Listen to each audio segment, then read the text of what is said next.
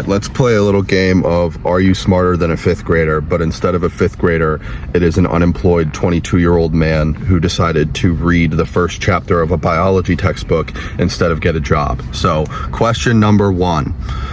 What is the difference between a prokaryotic cell and a eukaryotic cell? I'll give you like 5 seconds to formulate your answer. I'll do a little music.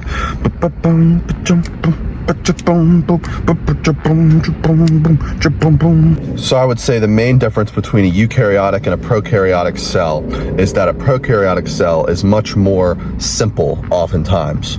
It consists of just the cell membrane, which is the outer part encasing of the cell, and a nucleus with DNA inside of that nucleus.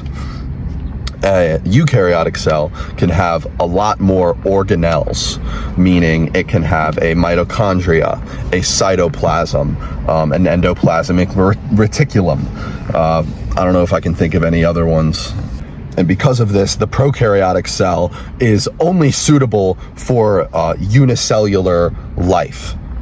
So microorganisms. And a eukaryotic cell is the only type of cell that can be used for multicellular life, such as us, animals, and plants, and fungi, and such. Now, next question. What are the domains of life? There are 3 of them. All right, I'll give you the music.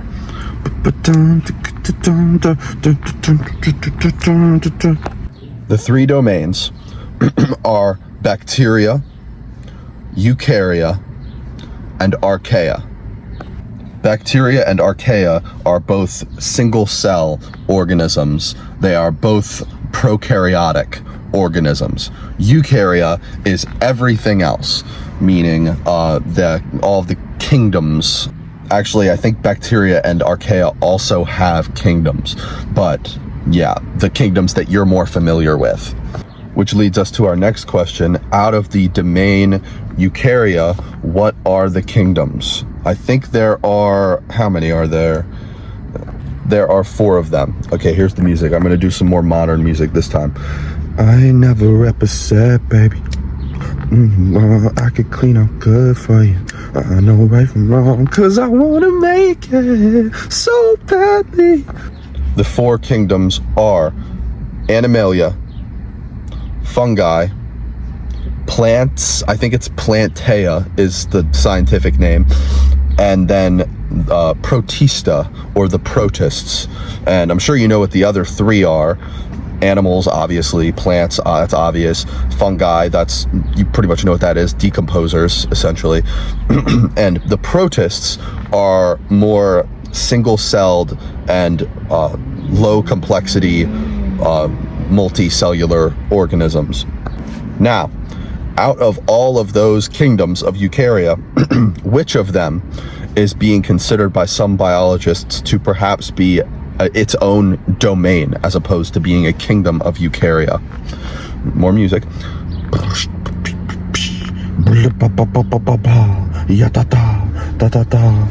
That would be Protista, or the protists, because there is more variation between the protists and the rest of the domain of eukarya than there is between the protists and the other 2 domains, archaea and bacteria.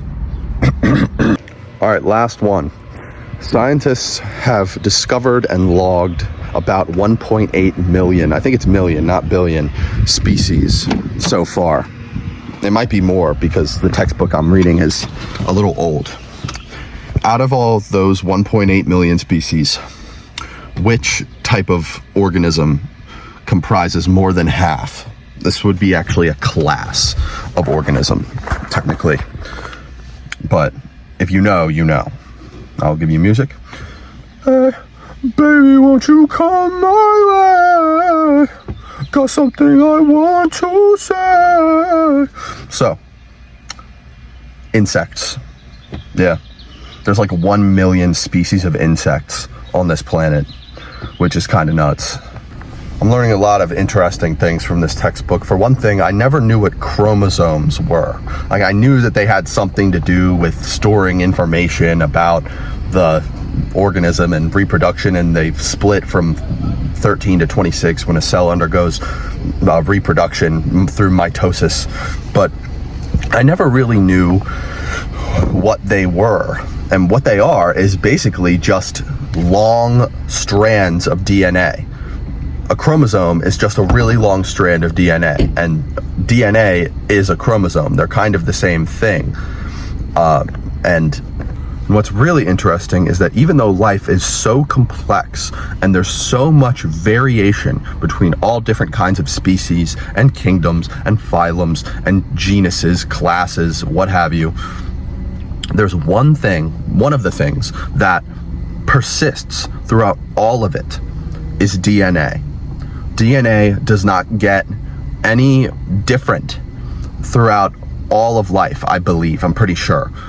DNA stores different information throughout each organism, that's obvious, but the structure of DNA and how it works within a cell has essentially stayed the same throughout the 4.6 or whatever billion years that life has existed on this planet. That's how good of a system DNA is. And I read in the book that if you took DNA and took all the information that is stored in a single cell, I think, worth of DNA, it would be as long as 700 textbooks that are the length of the textbook that I read. That is a lot of information.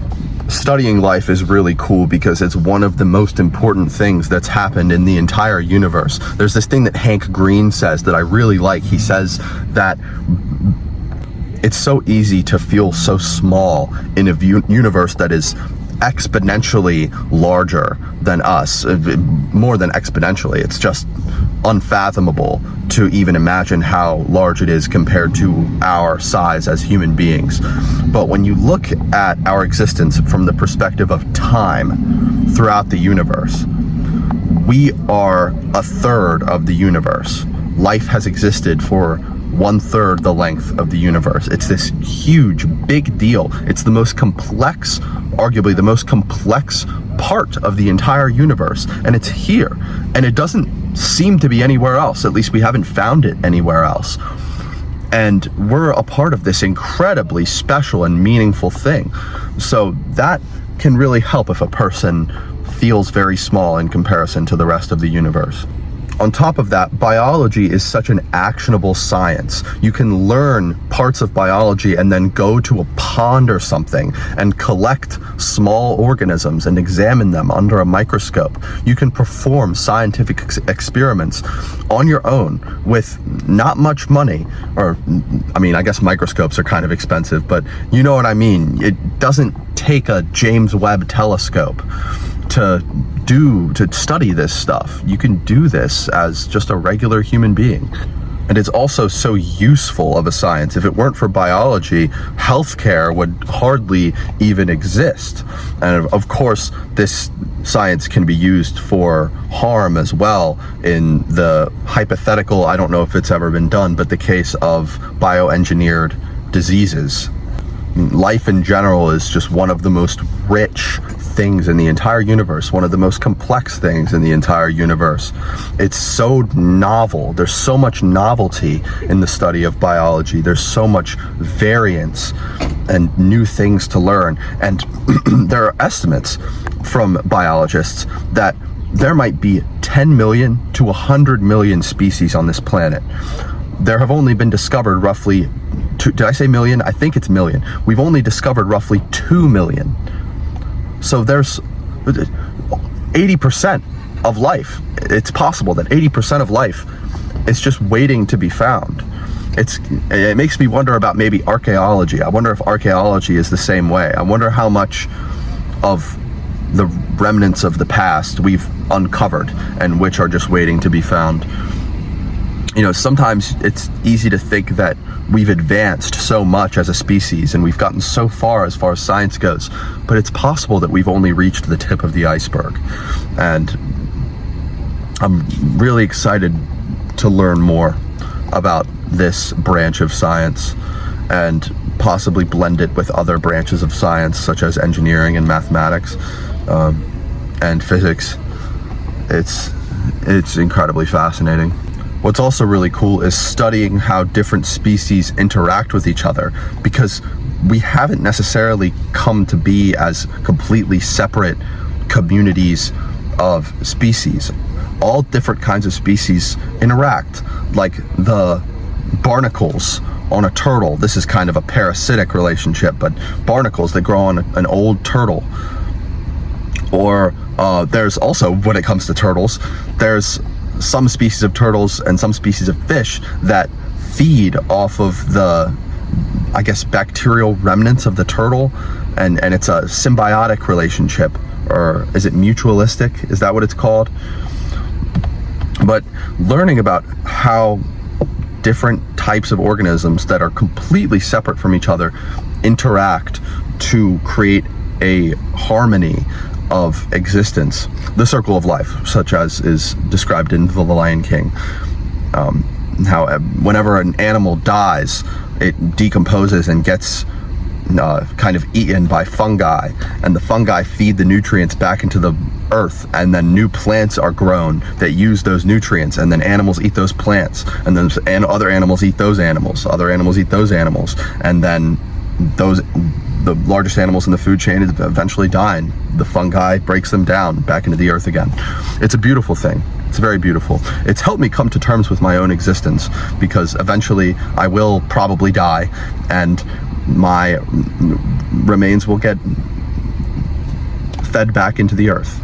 And I like that. I like that I might become a tree someday. I guess this isn't a very original thought. This is something that people think about a lot of the time. But anyway, my name is Luke, and this has been Castles in the Air. Thank you for watching.